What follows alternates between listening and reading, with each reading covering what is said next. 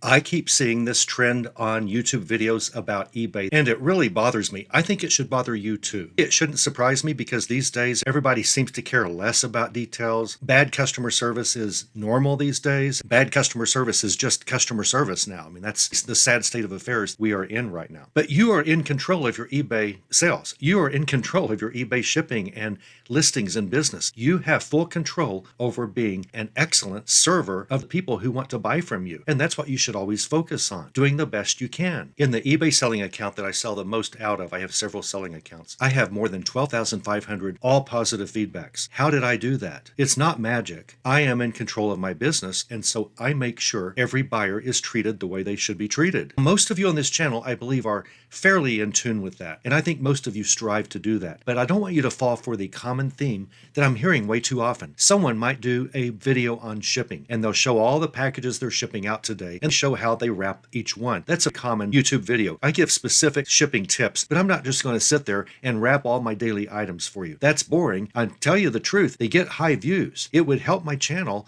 if I did more of those, but I don't believe it would help you. This channel's goal is to show you how to maximize your use of eBay and use it as a very effective tool. What I'm seeing in these shipping videos is someone might have a book, it's sold for $12, and they go, since this is just a $12 book, I'm going to slip it in a bubble mailer and ship it off. And it might be a heavy hardback book in good condition. And I guarantee you, a bubble mailer, when the post office drops that book several times, the corners are going to get bumped. They're going to get mashed in.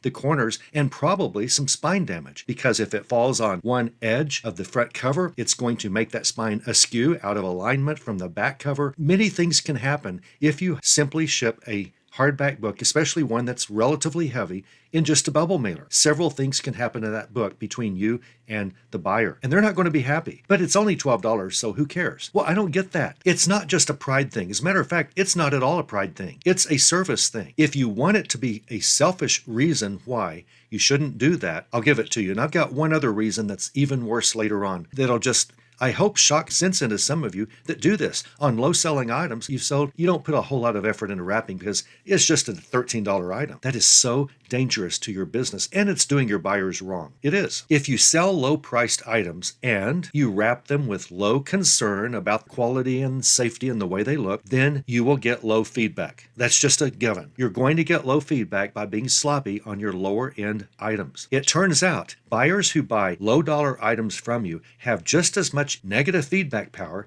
as someone who buys a $1,000 item from you. They equally can leave bad feedback or good feedback or neutral feedback, and you only want positive feedback. We learned in an earlier video, eBay lied on their eBay for Business podcast. That it was really a good podcast, but they lied probably unintentionally. Griff and the other guy just probably didn't know. They should have, but eBay does count our feedback when it comes to where we rank in the search engine. eBay said it at the last eBay Open very clearly. So if you're going to wrap a high-priced item more carefully than a low-priced item, you're going to get more negative feedbacks in general. So there are things to consider, and one really bad thing that's going to happen to you someday soon if you keep this up. There's a saying that says, how you do one thing is how you do everything. And I think that has a lot of truth in an eBay business. How you do one thing is how you do everything. And I would say the sloppiest thing that you do in your business really spills over to other areas of your business. You might not spend as much time writing a description or an accurate condition as you otherwise might if you were very careful. If you're very careful with wrapping someone's package, no matter how much it costs, you're probably careful with your description, you're probably careful with your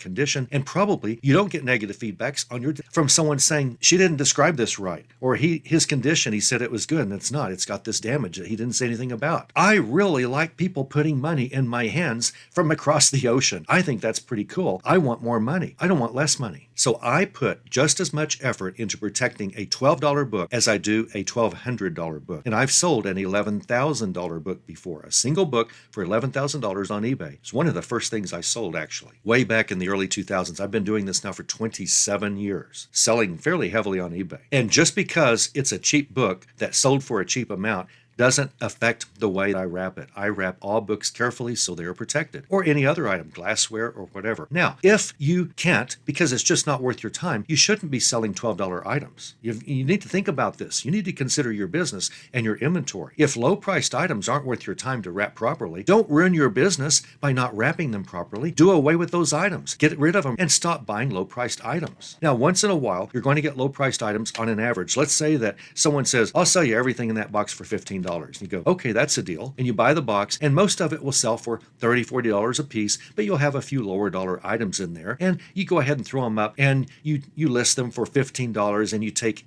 $11.50 for them because they basically were free. You buy so many things in a box for $15. In effect, everything's really free. That's, it's a rounding error how much each one cost. So it's a free $12, $15. Who cares? It's not like you're going to intentionally sell and go out and source a bunch of $10 items, but once in a while, it is just part of the average of your sales. As long as your average profit is in the range that you want, well, then you can sell some low-priced items as long as you sell some higher-priced items and they average out. But in general, if you don't want to mess with wrapping a low-priced item well, and what that means is you don't care about protecting your account, then at least protect your account in that you no longer will source those types of items. You'll never again mess with listing an item that's under $12 or $15. And there's some strategy to that, some wisdom to that. Maybe you should spend your time. Maybe we should all spend our time never listing anything under $25. We would have fewer items to list, but we would make more money per item, and probably we would make more money overall. Probably. I don't know. It depends on how well you source. I source very well, and in my wife, I have a sourcing machine. She is amazing at